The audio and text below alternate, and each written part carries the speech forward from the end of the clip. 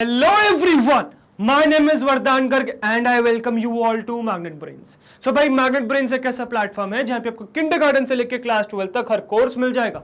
You can ask for anything. You can ask for CBSE board, you can ask for state board, you can ask for NTSE, you can ask for Olympiads, you can ask for NCERT book या किसी भी famous author की बात करें concern subject में सारा content आपको मिल जाएगा हमारे प्लेटफॉर्म पे. मतलब या तो हमारे यूट्यूब चैनल पे या फिर हमारी वेबसाइट पे या फिर हमारे ऐप पे. यहाँ मिल जाएगी आपको quality education and that too free of cost. Yes, you heard that right, free of cost. 2 chapters या 2 वीडियोस की बात नहीं कर रहा हूं, कंप्लीट कोर्स सेट की बात कर रहा हूं. कंप्लीट कोर्स सेट आपको मिल जाएगा free of cost. All you need to do is come and learn from this videos. तो गाइस आज इस वीडियो में हम क्या देखने वाले हैं? तो भाई आज का वीडियो बहुत स्पेशल है बिकॉज आज हम डिस्कस करने वाले हैं इसकी कोड को.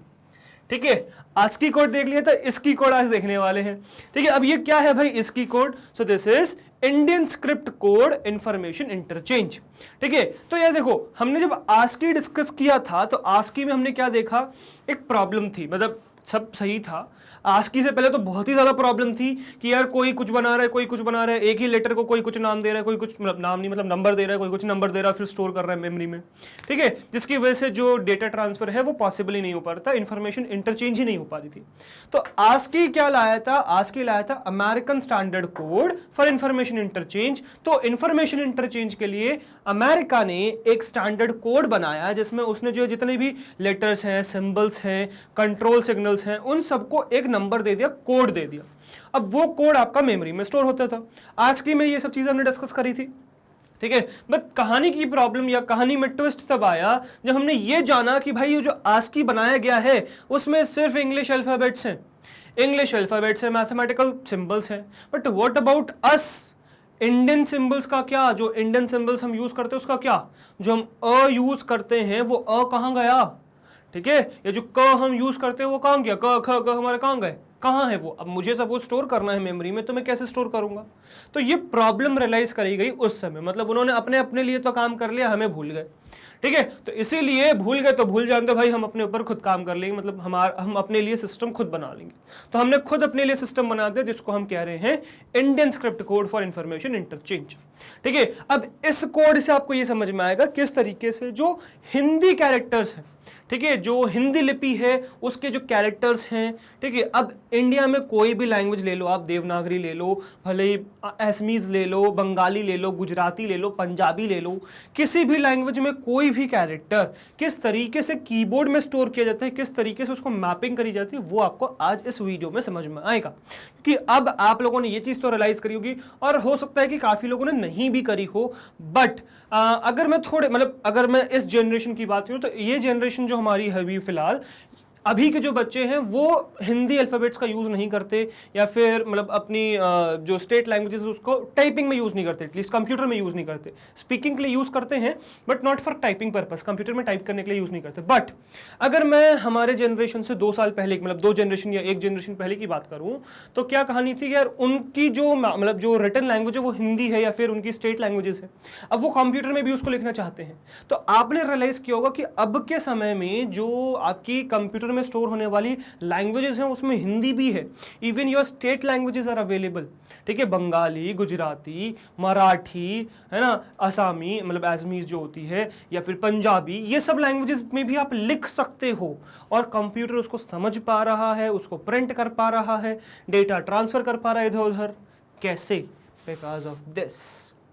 ठीक है, तो इसी के बारे में आज जानेंगे. अब यार ये डिस्कशन तो हम कर चुके हैं, इसमें तो कोई डिस्कशन की डाउट ही नहीं रहा, ये तो कोई प्रॉब्लम रहनी ही नहीं चाहिए कि किस तरीके से कंप्यूटर एक कोड को समझ पाएगा. हमने बहुत डिटेल में डिस्कशन किया है पुरानी वीडियो में, आस्की में, और इवन इसके इंट्रोडक्टरी वीडियो में. ठीक है, इनकोडिंग स्कीम्स के इंट्रोडक्टरी वीडियो में कि कैरेक्टर को कैसे समझता है कंप्यूटर, उसके ऊपर हमने डिस्कशन किया है प्रॉपर कि एक पर्टिकुलर कैरेक्टर है ए, अब वो ए कैसे कंप्यूटर को समझ में आने वाला है, इसके ऊपर हमने डिटेल में डिस्कशन किया हुआ है. तो वो वीडियो नहीं देखा है तो वो वीडियो देखिए. उसमें हमने ये जाना कि हम कैरेक्टर को डायरेक्टली तो कन्वर्ट नहीं कर सकते बाइनरी में. कंप्यूटर को बाइनरी समझ में आती है बट कैरेक्टर डायरेक्टली बाइनरी में कन्वर्ट तो नहीं कर सकते. तो हम मैपिंग करते हैं. मैपिंग कैसे करते हैं, हम एक पर्टिकुलर कैरेक्टर को एक कोड दे देते हैं और वो कोड ही क्या है, आस्की है, इसकी है, फिर आगे यूनिवर्सल कोड है, यूनिकोड है, तो वो कोड ही तो है भाई वो कहानी। अब उस कोड को जो आपने एक नंबर प्रोवाइड कर दिया हर कैरेक्टर को, सिंबल को, अब उसको कन्वर्ट करने के लिए मैं बाइनरी का मतलब नंबर सिस्टम का यूज करता हूं, बाइनरी कन्वर्जन का, भले वो डेसिमल हो, हेक्साडेसिमल हो या ऑक्टल हो, उसको मैं बाइनरी में आसानी से कन्वर्ट कर सकता हूं। वो चीज हमने नंबर सिस्टम में पूरा कंप्लीट कर लिया। मतलब चारों टाइप के number system, whether it is your decimal, whether it is your binary, whether it is your octal या हेक्साडेसिमल, ये सारे नंबर सिस्टम हमने डिटेल में डिस्कस कर लिया कि क्या होते हैं, क्या कहानी है इनके पीछे। इवन इनके कन्वर्जन्स भी आपस में डिस्कस कर रखे हैं हमने कि इनके कन्वर्जन आपस में कैसे करते हैं। ठीक है, तो अगर आपने ये वीडियो नहीं देखी है तो एक बार ये वीडियोस देख के आइए, आपको क्लियर कट आइडिया पड़ जाएगा कि किस तरीके से आपके कन्वर्जन परफॉर्म कर सकते हैं। ठीक है, because that is very important, ये समझ में आना चाहिए। ठीक है, अब आई एम होपिंग कि आप पुरानी वीडियोस देखते आ रहे हैं, बिकॉज ये कोई रैंडम वीडियो नहीं आया है एकदम से। ठीक है, ये पूरा एक चैप्टर की प्लेलिस्ट का पार्ट है, मतलब ये पूरी प्लेलिस्ट है जिसमें ये चैप्टर सीक्वेंस में चल रहा है, स्टार्टिंग से हम सीक्वेंस में लेते आ रहे हैं, कोई रैंडम टॉपिक नहीं उठाया हमने। ठीक है, तो अगर आपने पुरानी वीडियोस नहीं देखी, एक बार पुरानी वीडियोस देखिए। डिस्क्रिप्शन बॉक्स में आपको इवन लिंक मिल जाएगा, डिस्क्रिप्शन बॉक्स में आपको प्रीवियस वीडियो का लिंक मिल जाएगा, नेक्स्ट वीडियो का लिंक मिल जाएगा, इवन आपको डिस्क्रिप्शन बॉक्स में पूरी प्लेलिस्ट का भी लिंक मिल जाएगा, तो वो भी आप एक्सेस कर सकते हो। इवन अगर आपको किसी भी सब्जेक्ट में प्रॉब्लम है, किसी भी सब्जेक्ट की प्लेलिस्ट नहीं मिलती आपको, तो नीचे एक लिंक आपको उसके लिए भी अवेलेबल है कि किस तरीके से आप किसी भी सब्जेक्ट की प्लेलिस्ट को एक्सेस कर सकते हो। ठीक है, तो वहां पे एक फॉर्मेट है जिसमें आपको सब्जेक्ट वाइज, है ना, class wise, subject wise playlist available करा रखी है हमने, उस पर क्लिक करके वो प्लेलिस्ट पे जा सकते हो, and that is again completely free of cost, उसके लिए कोई चार्ज नहीं। Right, I hope this is completely clear. ठीक है, तो जैसे आप लोगों को पता है, फिलहाल हम क्लास 11th का कंप्यूटर साइंस का फिलहाल एनसीईआरटी का सेकंड चैप्टर चल रहा है, which is encoding schemes and number system, जिसमें आज हम डिस्कस करने वाले हैं इसकी कोड। ठीक है, अब इसकी क्या होता है वो डिस्कस करने से पहले एक क्विक इंफॉर्मेशन आप लोग के लिए कि यार जैसे आप लोग को पता है हमारी दो कंपनीज हैं, first is magnet brains, second is Pabbly. Right, ये एक हमारी एडिटेक प्लेटफॉर्म है, ये हमारा सॉफ्टवेयर कंपनी है और हमें कंटिन्यूसली भाई डेवलपर्स की जरूरत पड़ती रहती है। तो अगर आपको लगता है कि आप वो स्किल डेवलपर हो, अगर आप में वो स्पार्क है, हमारे साथ एक रोलर कोस्टर राइड पे जाने के लिए तैयार हैं, so apply here and it is very easy.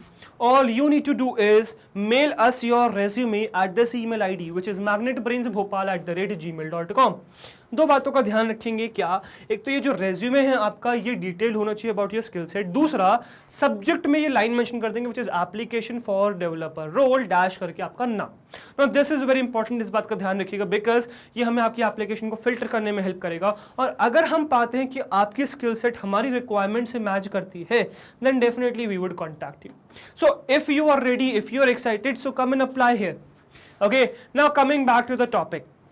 ठीक है, so ISCII code, now what is ISCII code? So ISCII is an acronym for Indian script code for information interchange. और तो उसको स्क्रिप्ट्स भी बोलते हैं, मतलब इंडियन स्क्रिप्ट्स भी कहते हैं, कहीं पे स्क्रिप्ट कहते हैं, स्क्रिप्ट्स कहते हैं, क्यों कहते हैं स्क्रिप्ट्स आगे समझ में आ जाएगा। ठीक है, सो इसकी क्या है, ISCII है ना, ISCII which is Indian script code for information interchange. ये क्या है? So ISCII is an encoding scheme that represents various languages that are written and spoken in India. तो इसकी क्या है भाई? इसकी एक इनकोडिंग स्कीम है। क्या है? इनकोडिंग स्कीम है ना। What is an encoding scheme? तो इनकोडिंग स्कीम आपको तरीका बताता है कि किस तरीके से आप, ऑल्दो भी हम इससे रिलेटेड टर्मिनोलॉजीज आगे डिस्कस करने वाले हैं, इनकोडिंग स्कीम उसमें देखेंगे। तो इनकोडिंग स्कीम आपको बेसिकली ये बताता है कि किस तरीके से एक्चुअली में जो भी लेटर आपने लिखा है वो लेटर मैप होगा एक पर्टिकुलर नंबर से और वो नंबर कन्वर्ट होगा बाइनरी में। तो ये सब कहानी आपका बताता है क्या इनकोडिंग स्कीम। ठीक है, सो इसकी एक इनकोडिंग स्कीम ही है, जैसे आस्की एक इनकोडिंग स्कीम था, जैसे आपका यूनिकोड यूनिवर्सल कोड एक क्या है, एक इनकोडिंग स्कीम है। यहां पर इसकी भी एक इनकोडिंग स्कीम है। ठीक है, जो क्या करता है, जो रिप्रेजेंट करता है एक लैंग्वेज को नहीं, क्योंकि India is a secular country. ठीक है, यहां पे एक लैंग्वेज नहीं बोली जाती है, यहां पे मल्टीपल लैंग्वेजेस बोली जाती हैं। सो एक लैंग्वेजेस को नहीं, वेरियस लैंग्वेजेस को। This point is very important, इस बात का ध्यान रखिएगा, क्योंकि अभी तो चलो बहुत ज्यादा मायने नहीं रखता, आगे बहुत डिफरेंस ला देगा ये। ठीक है, इनकोडिंग इसकी क्या है, एक इनकोडिंग स्कीम है जो इंडिया के जितने भी लैंग्वेजेस हैं, various languages that are written and spoken in India, या तो बोले जाते हैं या लिखे जाते हैं, उन सब लैंग्वेजेस की इनकोडिंग स्कीम है क्या? इसकी। आई hope this is completely clear, इसमें कोई दिक्कत नहीं है। सारी लैंग्वेजेस, ठीक है, एक नहीं, हिंदी इंग्लिश उर्दू सब, हिंदी इंग्लिश उर्दू, आपकी बंगाली मराठी गुजराती जितनी भी बोली जाती है लिखी जाती है सब आ जाएगी इसके अंदर, ठीक है। Now with the advent of computerization considerable work has been undertaken to facilitate the use of Indian languages on computers, ठीक है। अब जैसे कंप्यूटराइजेशन आया या कंप्यूटर्स का यूज बढ़ा, ठीक है, बिकॉज इन लास्ट 100 ईयर्स मैं कह सकता हूँ, नॉट जस्ट 100 ईयर्स, मैं कह सकता हूँ मतलब इन लास्ट, चलो 100 ईयर्स में बहुत ज़्यादा डेवलपमेंट हुआ, but in last I could say 50-60 years में कंप्यूटर्स का जो यूज़ है वो मैसिव स्केल में बढ़ा है, एक्सपोनेंशियली बढ़ा है, ये नहीं कि लीनियरली बढ़ रहा है, नहीं, एक्सपोनेंशियली बढ़ा है। एकदम से जो शुरुआत करी थी वो बहुत लो लेवल पे करी थी हमने, और एकदम से अब उसने पूरे मार्केट को कैप्चर कर लिया कंप्यूटर्स ने, हर जगह कंप्यूटर्स हम यूज़ कर रहे हैं। तो ये कंप्यूटराइजेशन का एडवेंट, मतलब ये कंप्यूटराइजेशन का आना, क्योंकि कंप्यूटराइजेशन का जो चलन है वो बहुत ज़्यादा बढ़ गया, यूज़ बहुत ज़्यादा बढ़ गया, तो बहुत सारा काम होने लग गया कि आप इंडियन लैंग्वेजेस भी कंप्यूटर को समझा सको, क्योंकि जो भी कंप्यूटर सिस्टम बन रहे थे उनको जो समझ में आ रहा था वो स्टैंडर्ड लैंग्वेज समझ में आ रही थी, that was English, but Indian languages भी उनको समझाने का काम चल रहा था। So considerable work has been undertaken to facilitate the use of Indian languages on computers, but these activities were generally limited to specific languages and were independent exercise of various organizations. अब ये काम तो चल रहा था कि भाई Indian languages हमें समझानी है कंप्यूटर्स को, दैट इज वेरी वेल, ये रियलाइज किया गया और ये समझा गया, बट जो भी एक्टिविटीज करी जा रही थी इस चीज के लिए, मतलब कंप्यूटर्स को इंडियन लैंग्वेजेस समझाने के लिए जो भी काम करा जा रहा था, they were very limited to specific languages. अब क्योंकि इंडिया में बहुत सारी लैंग्वेजेस हैं तो कुछ स्पेसिफिक लैंग्वेजेस पे ही काम करा जा रहा था, जो आपकी मतलब बहुत पुरानी लैंग्वेजेस हैं, मैथिली हो गई, तो इन सब लैंग्वेजेस पे तो इवन फोकस भी नहीं करा जा रहा था, ठीक है। अब ये रियलाइज किया कि यार ये चीज सही नहीं है। इवन एक और प्रॉब्लम थी, and were independent exercise of various organisations, तो अलग अलग ऑर्गेनाइजेशंस इंडिपेंडेंट काम कर रहे थे अपने लिए मतलब अभी इनको सिस्टम में जरूरत है तो उन्होंने वो चीज बना ली, यूनिवर्सली उस चीज को यूज नहीं किया, ठीक है। तो ये इंडिपेंडेंट काम चल रहा था और बहुत स्पेसिफिक लैंग्वेजेस में काम चल रहा था, ठीक है। अब इससे नुकसान क्या हुआ, दस मेकिंग डेटा इंटरचेंज इम्पॉसिबल। अब इसकी वजह से क्या हुआ कि जो डेटा का इंटरचेंज है, आपस में इधर उधर का आदान प्रदान है, वो मुश्किल हो गया। तो ये interchange was not possible, it was very difficult, और इवन मैं कह सकता हूँ इम्पॉसिबल हो गया, ठीक है। अब इस वजह से क्या हुआ, इन सच ए सिनेरियो क्या रियलाइज किया कि यार हमें एक यूनिवर्सल सिस्टम चाहिए। It was important to have a common standard for coding Indian scripts. तो ये रियलाइज किया गया कि यार ये बहुत ज्यादा जरूरी है कि हमारे पास एक कॉमन स्टैंडर्ड हो फॉर कोडिंग इंडियन स्क्रिप्ट्स। तो इंडियन स्क्रिप्ट्स को लिखने के लिए, कंप्यूटर में स्टोर करने के लिए, कोड करने के लिए एक स्टैंडर्ड होना चाहिए हमारे पास। तो ये चीज रियलाइज करी गई इस सिचुएशन में। सो इसकी वॉज डेवलप्ड, इसीलिए इसकी बना, which is Indian script code for information interchange. तो इसकी किस लिए बना, सो इसकी was developed in India in order. अच्छा, कहां डेवलप हुआ, देखो ये चीज बहुत इंपॉर्टेंट है, ये मत कहना इसकी बाहर डेवलप हुआ, नहीं, इंडिया में ही इसकी को डेवलप किया गया है। So it's developed in India because हमको तो सब भूल गए थे, है ना, बाहर की कंट्रीज हमें तो भूल गई थी, एशियन कंट्रीज हो गई या यूरोपियन कंट्रीज हो गई या वेस्टर्न कंट्रीज हो गई, हमें तो भूल गए थे, ठीक है। तो इसी वजह से हमने खुद बनाया अपने लिए एक ये क्या एनकोडिंग स्कीम, ठीक है, एक इंफॉर्मेशन इंटरचेंज का तरीका, ठीक है। So ISCII was developed in India in order to facilitate the use of Indian languages on computer. किस लिए, ताकि यार हम बढ़ावा दे सकें किसको, कि आप कंप्यूटर्स में इंडियन लैंग्वेजेस का यूज करें, क्यों नहीं कर रहे हैं, करें। This common standard for coding Indian scripts was developed during mid 1980s। ये कब बना, ये mid 1980s के समय में डेवलपमेंट शुरू हो गया था, ठीक है। यूनिवर्सली रिलीज 1991 में हुआ था, ठीक है, बट इसका जो काम है डेवलपमेंट है वो मिड 1980s में शुरुआत हो चुकी थी, ठीक है। I hope this is completely clear, there is no doubt in this one कि इसकी क्यों बना, ठीक है, क्या पर्पस था इसकी बनाने का, ठीक है। So ISCII was introduced in the year 1991 by the bureau of Indian standards. अब ये क्या है, इंट्रोड्यूस्ड है, डेवलपमेंट नहीं है, ये इंट्रोड्यूस है, इसकी इंट्रोड्यूस हुआ, ठीक है, यूनिवर्स को, वर्ड को इंट्रोड्यूस किया गया। तो इसकी was introduced in the year 1991 और उसको एक स्टैंडर्ड लैंग्वेज बना दिया गया उस समय, किसके द्वारा, सो ब्यूरो ऑफ इंडियन स्टैंडर्ड्स, ठीक है, BIS के द्वारा, मतलब वो डिपार्टमेंट जो इंडियन स्टैंडर्ड्स मतलब इंडिया में यूज होने वाले यूनिवर्सल चीजें बनाता है कि ये चीज यूनिवर्सल है, हर जगह सेम रहेगा, ये चीज यूनिवर्सल है, सेम रहेगा। तो वो बनाने वाला जो ब्यूरो है, bureau of Indian standards BIS ने क्या किया 1991 में इसकी को इंट्रोड्यूस कर दिया, ISCII इसकी इंट्रोड्यूस हो गया। The standard that was evolved by a standardization committee. ठीक है, ये स्टैंडर्ड किसने डेवलप किया था, किसने इवॉल्व किया था? अब ये क्या है, ये एक दिन का काम नहीं है, ये विद टाइम चेंज होता रहता है। जैसे हमने आस्की में भी देखा था, आस्की डेवलप होते होते होते होते फाइनली 1980s के आसपास वो रिलीज हो गया था। बट वो डेवलपमेंट हुआ था, उसका मतलब एवोल्यूशन हुआ था, डेवलपमेंट के साथ साथ एवोल्यूशन हुआ था, धीरे धीरे इवॉल्व हुआ था। वही कहानी ये भी है कि ये जो इसकी हम स्टैंडर्ड लैंग्वेज की बात कर रहे हैं, ये इवॉल्व करी गई थी बाय स्टैंडर्डाइजेशन कमेटी।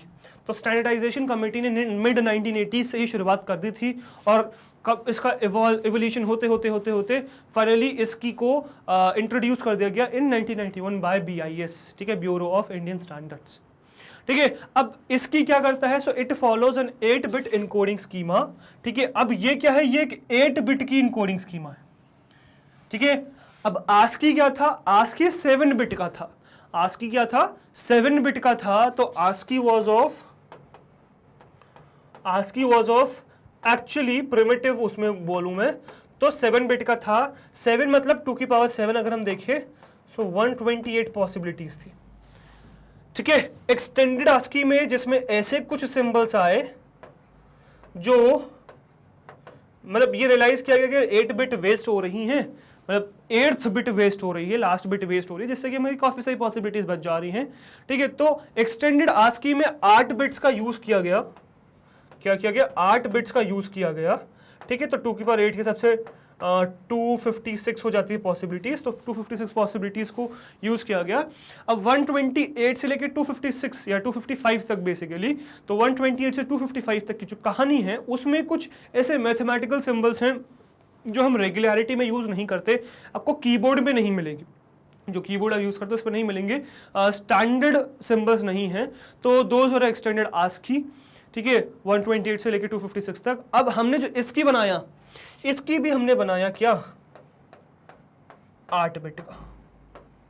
अब क्योंकि 8 बिट है तो 8 बिट मतलब 1 2 3 4 5 6 7 8, दो पॉसिबिलिटीज, 2 2 2 2 2 2 2 2 मतलब 0 1 0 1 0 1 0 1 0 1 0 1 0 1 0 1 0 1 0। तो 0 1 0 1 0 1 की पॉसिबिलिटीज, 2 2 की पॉसिबिलिटीज, तो उस हिसाब से कितना हो गया, 2 की पावर कितनी बार, 8 बार, तो 2 की पावर 8 बेसिकली आपकी हो गई 256 पॉसिबिलिटीज। तो 256 कैरेक्टर्स हम इसकी इनकोडिंग स्कीम में दिखा सकते हैं, लगा सकते हैं। ठीक है, so it follows an 8-bit encoding schema which means it can represent 2 की पावर 8 256 कैरेक्टर्स। देखो 256 characters, right. Now ISCII code retains all ASCII characters. Now this is very important कि जो इसकी कोड है, जो इसकी कोड जो बनाया गया वो रिटेन करता है मतलब उसमें अभी भी, इसकी में अभी भी एग्जिस्ट करते हैं क्या, आस्की के कैरेक्टर्स। मतलब ऐसा नहीं है इसके लिए बिल्कुल चेंज करके चीजें बनाई, नहीं, रिटेन मतलब करना कि पुरानी चीज को अभी भी अपने अंदर रखना, रिटेन करना, अपने अंदर होल्ड करके रखना। रिटेन करना मतलब होल्ड करके रखना। तो इसकी ने अभी भी होल्ड करके रखा हुआ है किसको, आस्की कैरेक्टर्स को। तो आस्की कैरेक्टर्स जो भी थे वो इसकी में भी पाए जाएंगे, मतलब ABCDEFGH उन्होंने हमें छोड़ दिया, हमने नहीं छोड़ा भाई। ठीक है, तो हमारे पास अभी भी A से लेकर Z तक कैरेक्टर्स है, लोअर केस में, अपर केस में है, सारे सिंबल्स हैं, सारे कंट्रोल सिग्नल्स हैं, सब कुछ है। And offers coding for Indian scripts also. अब खासियत क्या है इसकी कि यही है कि आस्की कैरेक्टर्स को नहीं छोड़ा गया, आस्की कैरेक्टर्स हमारे पास अभी भी है, और ऑफर करते हैं क्या, इंडियन स्क्रिप्ट्स को भी। अब यहां ध्यान रखिएगा, ये मैं बात किसकी कर रहा हूं, आस्की कैरेक्टर्स की कर रहा हूं। क्या मैं एक्सटेंडेड आस्की की कर रहा हूं, नहीं, यहां एक्सटेंडेड आस्की की बात नहीं हो रही है, यहां आस्की कैरेक्टर्स की बात हो रही है। एक्सटेंडेड को मत जोड़िएगा यहां पे, ठीक है, एक्सटेंडेड नहीं है, ये आस्की कैरेक्टर्स है। ठीक है, thus it is also called Indian Scripts Code। इसीलिए इसको क्या बोलते हैं, वेरी इंपॉर्टेंट पॉइंट, इसीलिए इसको क्या बोलते हैं, Indian scripts code for information interchange. Script की जगह स्क्रिप्ट्स आ गया, क्योंकि इसके अंदर एक स्क्रिप्ट नहीं है, सिर्फ इंडियन स्क्रिप्ट नहीं है, यहाँ पे अमेरिकन स्क्रिप्ट भी पाई जाती है, तो इसीलिए इसको इंडियन स्क्रिप्ट्स बोला जाता है, Indian scripts code for information interchange. Understood. ना द फर्स्ट 128 कैरेक्टर्स। अब देखो जैसे मैंने कहा कि इसकी में आस्की भी आएगा है ना और इंडियन भी आएगा, तो कैसे आएगा वो देखिए। तो the first 128 characters that is from 0 से लेके 127 are same as that of for ASCII. तो जैसे यहां पर कहानी थी ना 2 की पावर 7, तो अब एक्सटेंडेड की कहानी हटा दी गई, extended is no more needed. अब इसकी में जो 8 बिट हैं, जो 8 बिट हैं, ठीक है, अब जो इसमें 1 बिट वेस्ट हो रही थी, उस 8वीं बिट को एक्सटेंडेड आस्की की जगह हमने इंडियन स्क्रिप्ट्स को यूज करने के लिए बनाया। मतलब हमने कहा कि भाई 2 की पावर 7 है ना, तो 2 की पावर 7 मतलब 128 कैरेक्टर्स हैं। तो एक काम क्या करिए यार, 0 से लेके 1, और हमने 8 बिट ले लिया इसकी में, तो इसकी में बेसिकली 256 से पॉसिबिलिटीज है। तो आप क्या करो, तो इसकी के जो 8 बिट्स हैं, है ना, let me just drop this, तो जो इसकी है, इसकी के जो 256 कैरेक्टर्स है, मतलब 2 की पावर 8 है ना, विच इज 256 कैरेक्टर्स। तो 250 कैरेक्टर्स को 2 पार्ट्स में स्प्लिट कर दो, विच इज, जिसमें 0 से लेके 127 तक कहानी रहेगी आस्की की ही, है ना, आस्की ही यूज होगा, और फिर 128 से लेके 255 तक आपके इंडियन स्क्रिप्ट्स यूज हो जाएंगे। तो दीज आर इंडियन स्क्रिप्ट्स। समझ में आया? तो वही 2 की पावर 8 बिट मतलब 7 बिट्स का यूज कर लिया गया, किसके लिए, आस्की के लिए, मतलब 0 लगा के फिर 7 बिट्स का यूज किया गया आस्की कैरेक्टर्स के लिए, ठीक है। अब बची हुई जो 128 से लेकर 255 तक की पॉसिबिलिटीज थी, उसमें मैथमेटिकल सिंबल्स डालने के बजाय हमने क्या किया, यहाँ पे इंडियन स्क्रिप्ट्स डाल दी, ठीक है। So the first 128 characters that is from 0 से लेकर 127 are same as that for ASCII. The next characters that are from 128 से 255 represent the characters from Indian scripts, जिनको हम अक्षर बोलते हैं।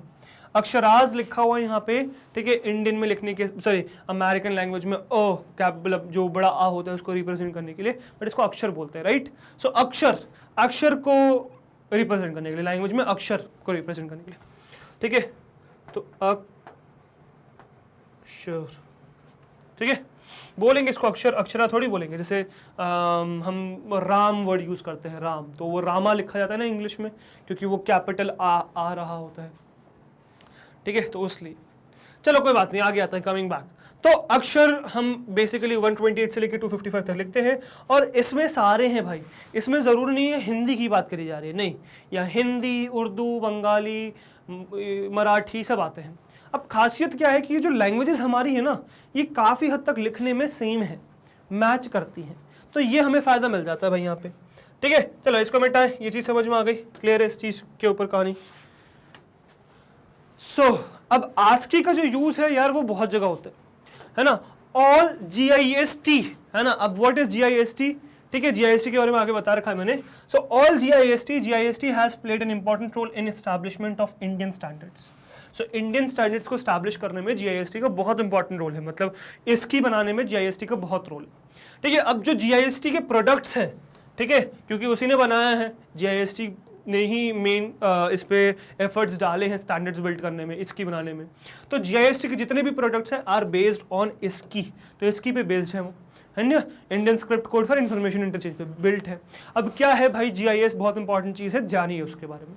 तो GIS का फुल फॉर्म है graphic and intelligence based script technology, ठीक है। क्या है ये, graphics and intelligence based script technology, GIST, है ना। अब ये जो ग्रुप है ऑफ, अब किसका है ये ग्रुप, GIST ग्रुप किसका है, basically of centre for development of advance, मतलब CDAC का है, एडवांस्ड कंप्यूटिंग, ठीक है, centre for development of advanced computing, CDAC का है GIST, ठीक है ना। अब इस मतलब ये जो GIST है has to its credit several innovative products. अब GIST जो ओन करता है CDAC, GIST जो कि क्या है, graphic and intelligence based script technology है, इसको ओन कौन करता है, CDAC which is centre for development of advanced computing.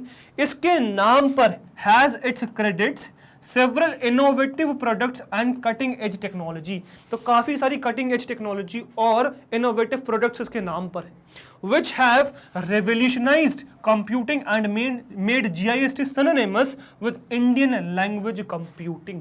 तो इंडियन लैंग्वेजेस के रिस्पेक्ट में इसने इतने सारे कटिंग एज टेक्नोलॉजी या फिर इनोवेटिव प्रोडक्ट्स दिए हैं कि GIST को सिनोनिमसली यूज किया जाता है इंडियन लैंग्वेज कंप्यूटिंग के साथ। तो इंडियन लैंग्वेज कंप्यूटिंग यहाँ भी आए, GIST आए, क्योंकि इंडियन स्टैंडर्ड्स को बिल्ड करने में GIST का बहुत इंपॉर्टेंट रोल था और GIST के प्रोडक्ट्स में इसकी का यूज होता ही है। Also ISCII has been used, तो चलो ये तो हो गया इंडियन की कहानियां, मतलब इंडिया की कहानियां, बाहर भी इसकी का यूज होता है। Also ISCII has been used by IBM for PC DOS। ठीक है, तो IBM के जो PCs थे जिसमें MS DOS यूज होता था उसमें इसकी का यूज था। एप्पल फॉर ILK, तो एप्पल का जो ILK था वहां पे यूज था। And by several other companies that are developing products and solutions based on this representation. तो जो भी डेवलप कर रहे हैं प्रोडक्ट्स को या फिर सॉल्यूशंस को इस पर्टिकुलर स्क्रिप्ट पे बेस्ड, इसकी पे बेस्ड, वो सब यूज कर रहे हैं, मतलब इसकी का यूज कर रहे हैं। ठीक है, also ISCII has been made mandatory for the data being collected by organisations like the election commission. तो जो अब इलेक्शन कमीशन हो गया, मतलब जो इंडियन सिस्टम्स हैं वहां पे जो भी डेटा कलेक्ट किया जाता है या फिर जो भी चीजें होती हैं कहानी, वहां पे इसकी को कंपलसरी कर दिया गया कि आप इलेक्शन कमीशन में जो भी डेटा स्टोर हो रहा है, जो भी डेटा मेंटेन किया जा रहा है, वो सब इसकी का यूज किया जाएगा उसमें, है ना, इसकी कोडिंग स्कीम का यूज किया जाएगा। And for projects as land records projects etcetera. तो लैंड रिकॉर्ड्स जो प्रोजेक्ट है उन सब जगहों पे, मतलब इंडिया में जो भी कहानी, जो भी प्रोजेक्ट्स आने वाले हैं इंडियन लेवल पे, और वहाँ पे कंपलसरी कर दिया गया कि इसकी को ही यूज़ करना है आपको, है ना, और कहीं की कहानी आपको यूज़ नहीं करनी, इसकी यूज़ करना। ठीक है, सो अब इस वजह से क्या हुआ, डेवलपमेंट होने लग गया लैंग्वेज का, right.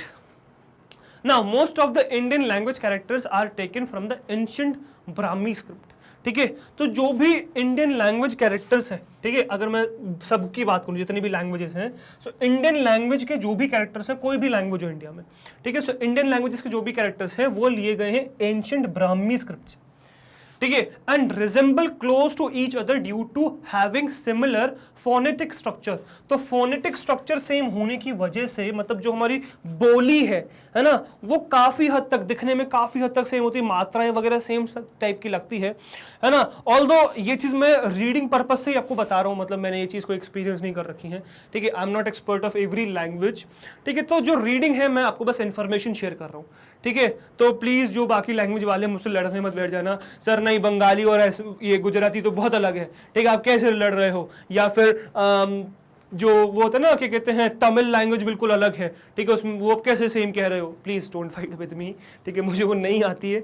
I am just conveying you the information की इंफॉर्मेशन क्या है, ठीक है, मतलब जो इंफॉर्मेशन है बेसिकली जो फैक्ट है, ठीक है, that is what I am conveying you. मेरा वो प्रैक्टिकल एक्सपीरियंस नहीं है। ठीक है, चलिए, तो हम कह रहे हैं कि जितनी भी लैंग्वेजेस है वो एंशिएंट ब्राह्मी स्क्रिप्ट से उठाई गई हैं और वो सब रिजेंबल करती हैं आपस में।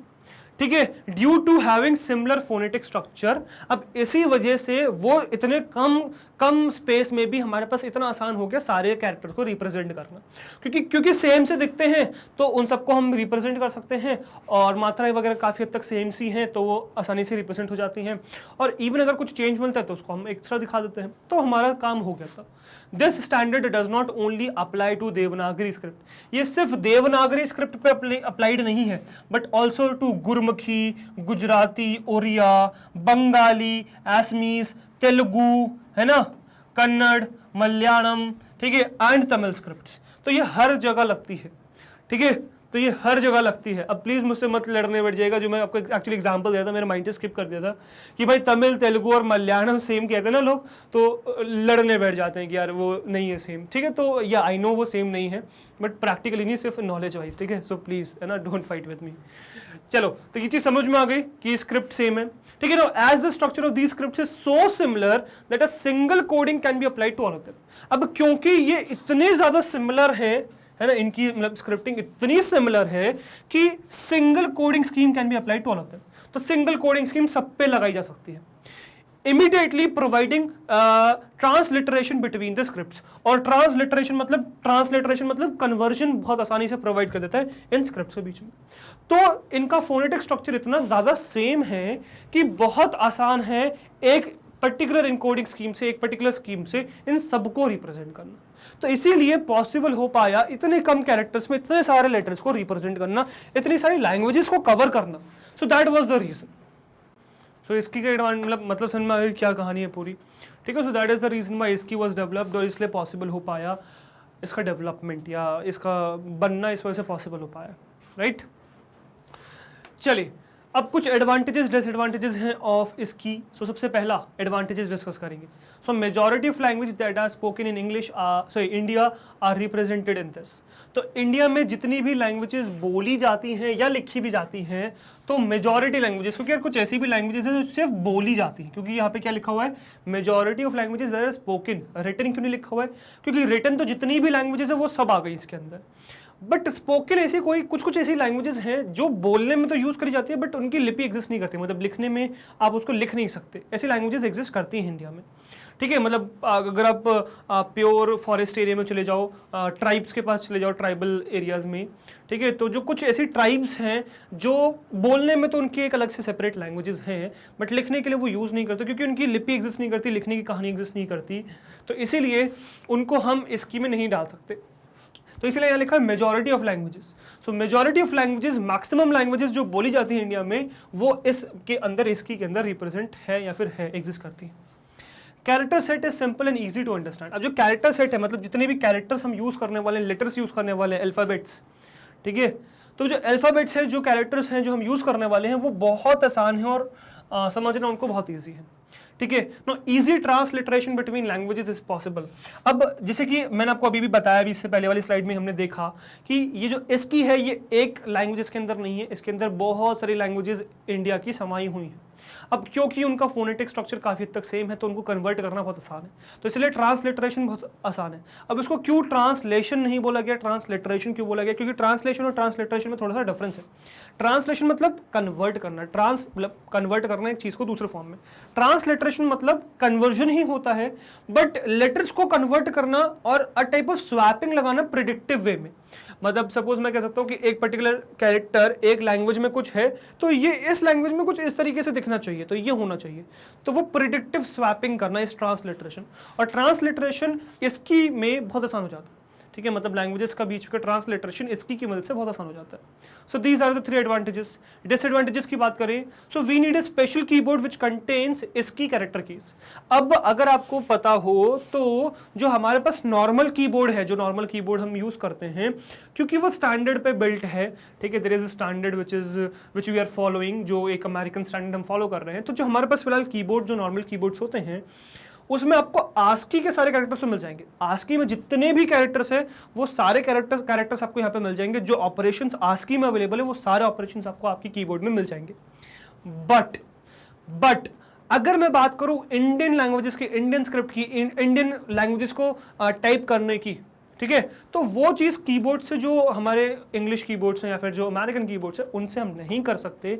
हमको उसके लिए स्पेशल कीबोर्ड्स की जरूरत पड़ती है, मतलब हमें स्पेशल कीबोर्ड बनाने पड़ते हैं जो स्किल को फॉलो कर सकते हैं और हम उनकी मदद से वहाँ पे लिख सकते हैं। अब ये मत कहिएगा सर कीबोर्ड में क्या अंतर है, हम बस की में वो जो वहाँ लिखा हुआ ए, उसको ए को मिटा के अ लिख देंगे, काम चलेगा?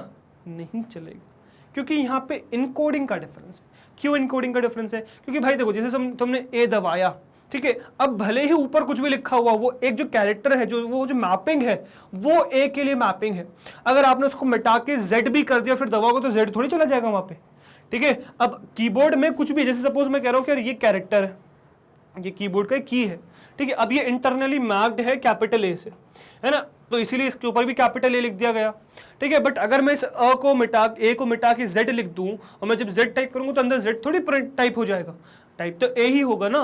तो वही चीज़ अगर मैं इसको मिटा के अ लिख दूं तो कोई फर्क थोड़ी पड़ेगा, उसमें टाइप तो ए ही होगा ना। तो हमें स्पेशल कीबोर्ड्स की जरूरत पड़ेगी इन हिंदी कैरेक्टर्स को या फिर इंडियन कैरेक्टर्स को प्रिंट करने के लिए, टाइप करने के लिए, और उसमें भी हमको इसकी इनकोडिंग स्कीम का यूज़ करना पड़ेगा, ठीक है, ताकि वो उस कैरेक्टर्स पे रन कर सके, ठीक है। So we need a special keyboard which contain ISCII character keys. तो इसकी कैरेक्टर कीज कंटेन हो उस कीबोर्ड में और इसकी कोड को फॉलो करता हो, ठीक है, as the Unicode was invented, तो ये तो हो गया। अब next, as the Unicode was invented, तो आफ्टर ASCII इसकी आया, उसके बाद फिर यूनिकोड आ गया, यूनिवर्सल कोड आ गया। तो यूनिवर्सल कोड जैसे इन्वेंट हुआ later, and with Unicode having the characters of ISCII, अब क्योंकि यूनिकोड में ISCII कैरेक्टर्स भी हैं, सो ISCII बिकेम ऑब्सलीट। मतलब अब क्या हुआ, ऐसी जो कहानी हमारे साथ इंडिया में हुई, ऐसी और देशों में भी हुई, ऐसी रशिया में हुई, ऐसी सेम कहानी चाइना में हुई, फिर जापान में हुई, फिर स्पेन में हुई, है ना, फिर फ्रांस में हुई। तो वो सब प्रॉब्लम्स फेस कर रहे थे, French language, Spanish language, Chinese, Japanese, Russian language, same problems face कर रहे थे जो भी हमने देखी कहानी। अब इस प्रॉब्लम को रिजॉल्व करने का क्या तरीका, तो इस प्रॉब्लम को रिजॉल्व करने का एक तरीका पाया गया यूनिकोड, यूनिवर्सल कोड। मतलब जितने वर्ल्ड में जितनी भी लैंग्वेजेस हैं, इंडिया मतलब सॉरी हमारी अर्थ पे वर्ल्ड में जितनी भी लैंग्वेजेस हैं, उन सब लैंग्वेजेस को कंबाइन करके एक पर्टिकुलर इनकोडिंग स्कीम बनाई गई जिसको हम यूनिकोड कहते हैं। अब क्योंकि उसमें सारे ही कैरेक्टर्स हैं, तो इंडिया के कैरेक्टर्स भी उसके अंदर है सारे, तो जो इंडियन लैंग्वेजेस, इंडियन स्क्रिप्ट्स जो हैं, वो सब कैरेक्टर्स भी उसके अंदर है। अब क्योंकि वो उसके अंदर है, तो उस वजह से क्योंकि वो सबको ही सपोर्ट करता है, तो इसकी क्या हो गया, ऑब्सोलीट हो गया, मतलब यूज होना बंद हो गया। अब बिल्कुल एक्सटेंशन की उस पे है, मतलब डोर पे खड़ा हुआ है। सही है। तो दीज आर द डिसएडवांटेजेस कि एक तो कीबोर्ड अलग से चाहिए होता था, और उसको हम मतलब यूनिकोड आने के बाद ऑब्सोलीट हो गया इसकी, तो ये कुछ डिसएडवांटेजेस हैं उसके। मतलब एक्चुअली डिसएडवांटेजेस नहीं है, अब वो जो प्रॉब्लम, इसकी जो प्रॉब्लम फेस करता है, एक तरीके से वो प्रॉब्लम्स आ गए। अब क्योंकि इसकी वो प्रॉब्लम खुद फेस करता है, तो हमें भी वही प्रॉब्लम फेस करनी पड़ती है, तो इस वजह से हमने उसको डिसएडवांटेजेस कह दिया। बट वैसे इसकी में कोई डिसएडवांटेज थोड़ी है, वो तो एडवांटेजेस ही थी हमारे इंडियन लैंग्वेजेस के लिए, राइट। चलो अब जरा एक फटाफट मैं आपको डेमो दिखाता हूँ, मतलब डेमो टाइप स्क्रिप्ट दिखाता हूँ इसकी कि किस तरीके से दिखती है। ठीक है, तो देवनागरी स्क्रिप्ट देखेंगे अपन। ठीक है, तो ये है भाई आपकी ISCII की देवनागरी स्क्रिप्ट। ठीक है, ISCII की देवनागरी स्क्रिप्ट। अब देखो ये यार अभी तक जो हमने पढ़ा था वो तो यार लाइन पे सीक्वेंस में चल रहा था, ये ऐसे क्यों हो गया, तो यहाँ पे ध्यान दीजिएगा ये ऐसे कैसे हो गया। तो ये मैंने क्या किया यार, क्योंकि कैरेक्टर सब पूरे में इतनी सारी स्लाइड्स यूज करने के वजह मैंने टेबल के फॉर्म में बना दिया। कैसे फायदा हुआ देखो यहाँ पे, तो यहाँ पे कहानी है 0 1 2 3 4 5 6 7 8 9 ABCDEF 16। ठीक है, दीज आर 16 पॉसिबिलिटीज। ठीक है, और यहाँ कितनी पॉसिबिलिटीज देखिए, 0 1 2 3 4 5 6 7 8 9।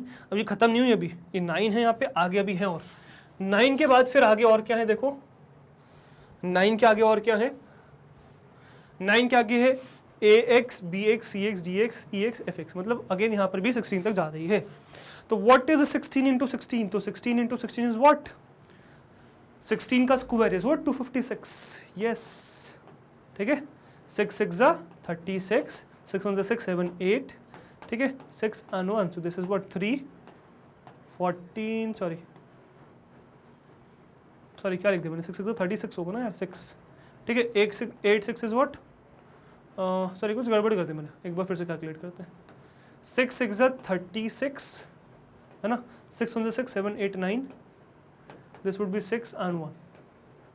6 आ गया, 9 6 15 आ गया और 2 आ गया, तो 256। तो बेसिकली टोटल कैरेक्टर्स कितने रिप्रेजेंट कर रहा हूँ मैं, 256 कैरेक्टर्स रिप्रेजेंट कर रहा हूँ, राइट। अब क्या हो रहा है देखो कहानी, तो सिंपल सी बात कहानी ये हो रही है कि भाई सबसे पहले कोड 0 0 0 1 0 2 0 3 0 4 0 5 0 6 7 8 9 0 A, ठीक है, which is 10th basically, 0 B 0 C 0 D 0 E 0 F, फिर 1 0 1 1 1 2 1 3 1 4, कहाँ तक बेसिकली, तो दिस इज 2 0 तक, 2 0 तक। अब ना बेसिकली व्हाट इज 2 0, तो हेक्साडेसिमल में लिखा मैंने 2 0, दिस इज हेक्साडेसिमल। इसको मैं अगर डेसिमल में कन्वर्ट करूँ, सॉरी इस डेसिमल में कन्वर्ट करूँ तो क्या वैल्यू हो जाएगी 2 0 की, तो 16 की पावर चढ़ा दो, तो 16 की पावर 0 इंटू 0 प्लस 16 की पावर 1 इंटू 2, तो ये क्या हो गया भाई, दिस इज व्हाट 0 है ना, तो ये 0 हो गया, और 16 की पावर 1 है 16, 16 टू 32, तो ये बेसिकली क्या है 32 है। तो 32 तक हमने क्या देखा है भाई, स्पेस कैरेक्टर। 32 पे क्या होता है, स्पेस कैरेक्टर, तो SP लिखा हुआ ना, SP मतलब क्या, स्पेस कैरेक्टर, बिल्कुल ASCII की तरीके से, बिल्कुल ASCII कहानी चल रही है यहाँ पे। तो 2 0 पे मतलब 32 पे क्या है, स्पेस कैरेक्टर्स। उसके बाद फिर क्या है, देखो सिंबल्स आए कहां से कहां तक देखो, तो फिर exclamation mark, double inverted commas, hashtag, फिर डॉलर, फिर परसेंटेज, फिर एम्परसेंड, फिर सिंगल इन्वर्टेड कॉमास, फिर पैरेंथेसिस का opening, closing, star, plus, comma, minus, dot, forward slash, है ना, ये सब कहानी चली। ठीक है, ये चली कहां तक, Z2F तक, और फिर 30 से। Now what is 30? तो बेसिकली 30 क्या हो गया, अब बेसिकली इसी में क्या करो, बस 3 से मल्टीप्लाई कर दो। ठीक है, नाउ व्हाट इज 16 3 तो 3 6 18, 3 1 3 1 4। सो 48 से शुरुआत हुई थी ना, देखो ये 48 हो गया। तो SP क्या था, ये था 32, ये 32 है, ये क्या है 48। और याद करो ASCII में भी 48 से शुरुआत करी थी ना हमने नंबर्स की, देखो बिल्कुल वही 48 से कैरेक्टर्स की शुरुआत करी, राइट 48 से शुरुआत करी। अब 48 से कहां तक जाएंगे भाई, तो 48 प्लस 9 लगाना है। सो 48 प्लस 9 क्या हो जाएगा 57। So this is what 57। अब जरा देखो ये क्या है, 57 is what 39। So 39 of hexadecimal when converted to decimal would be what, इसीलिए आपको मैंने कन्वर्जन बहुत डिटेल में सिखा चुका हूं पहले ही। तो ये क्या हो गया 16 की पावर 0 इंटू 9 प्लस 16 की पावर 1 इंटू 3। Now 16 की power 1 into 3 is what 48, और 16 की power 0 is 1, 1 into 9 is what 9. This is what 57.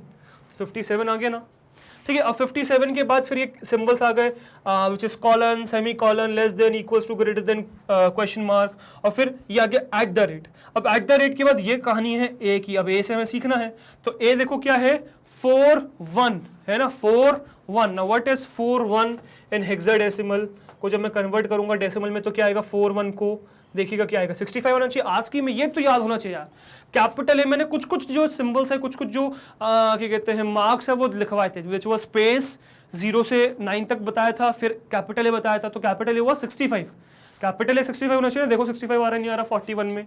सो 41 मतलब क्या हो गया 16 की पावर 0 इंटू 1 प्लस 16 की power 1 into 4। So this is what 16 4s are 6 4s are 24, 4 1s are 4 5 6, 64 plus 16 के पास 0 is 1, 1 into 1 is 1, which is what 65 only. Understood? तो ये क्या है बेसिकली, ये आपका 65th कैरेक्टर ही तो है, this is 65th character A। अब अगर ये 65th है तो Z क्या होना चाहिए 65 plus 26 which is 90। तो ये 90th कैरेक्टर होना चाहिए। तो क्या है 90th कैरेक्टर, देखो 5A, तो 5A हेक्साडेसिमल में 5A इन हेक्साडेसिमल, देखना 5A in hexadecimal. So what is 5A in hexadecimal? Let's see that. Let's see to that one. So 5A in hexadecimal is what? A मतलब 10. So 10 into 16 की power 0 plus 5 into 16 की power what? 1. So 16 की power 1 is what? 16 only. So 6 5 is what? 30. 6 5 is what? 30.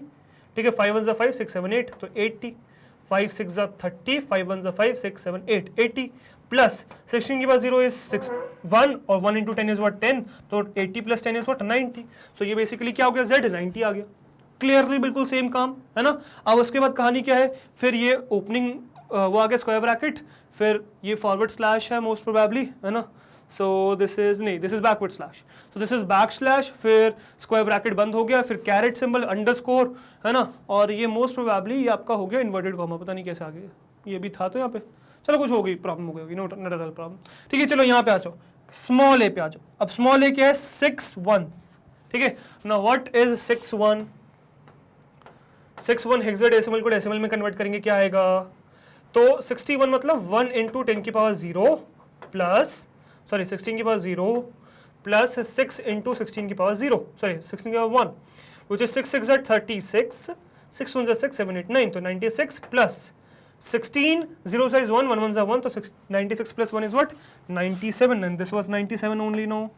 So 97 से शुरुआत करके कहाँ तक गए थे हम, मोस्ट प्रोबेबली शायद 125 के आसपास गए थे, 125 नहीं 125 नहीं, सॉरी वो तो 125 तो अलग हो जाएगा। चलो इसको देखते हैं Z क्या है।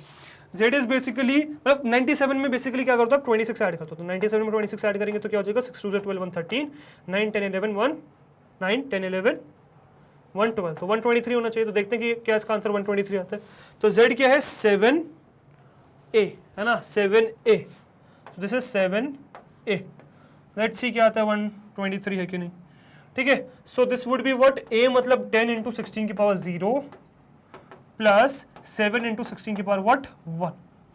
So 7 6 is what 7 6 is 42, so this is 42 है ना, और 7 1 is 7 and 7 1 is 7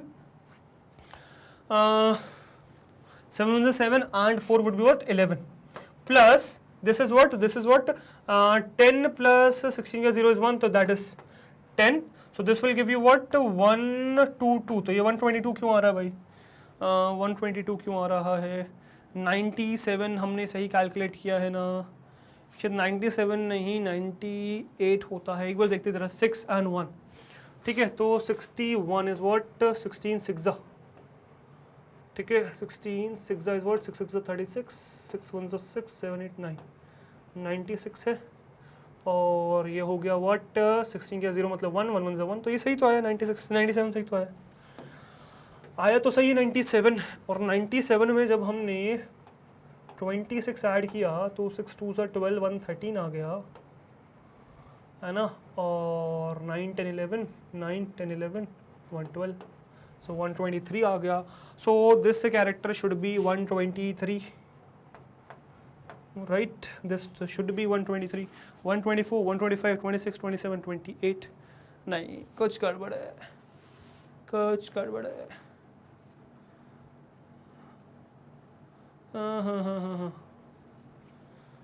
ओके, कुछ तो गड़बड़ है. स्टुपिडिटी कर रहे हैं यार हम. कैसे स्टुपिडिटी भाई, सिंपल सी बात है, 97 में 97 खुद एक कैरेक्टर है तो 26 पॉसिबिलिटीज थोड़ी आगे 25 पॉसिबिलिटीज बची है ना, तो 25 ऐड होगा. जैसे 65 है ना, 65 में कैपिटल आ चुका है ना, अब इसके आगे कितने लेटर्स बचे, 25 लेटर्स बचे, तो 65 में 25 ऐड करोगे ना, 60 + 5 + 25 विल गिव यू 90.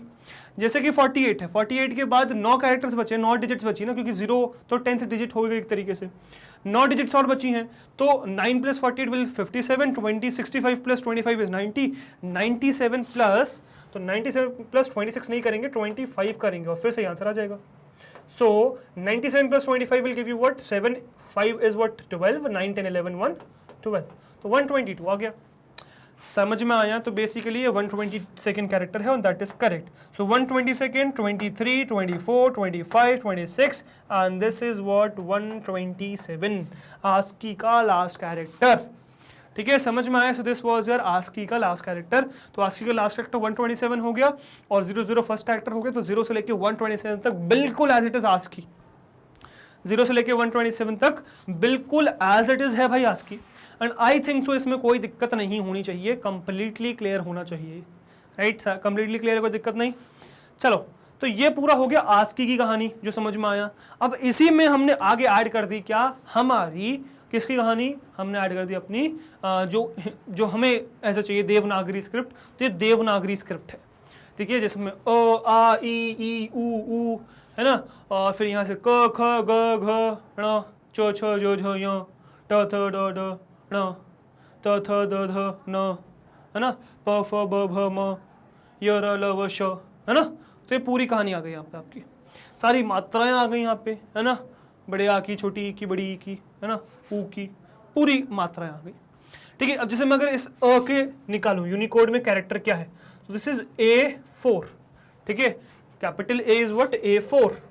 तो A4 of hexadecimal when converted to decimal will give you what. So this would be what 16 की पावर 0 into 4 प्लस 16 की पावर 1 into A मतलब 10.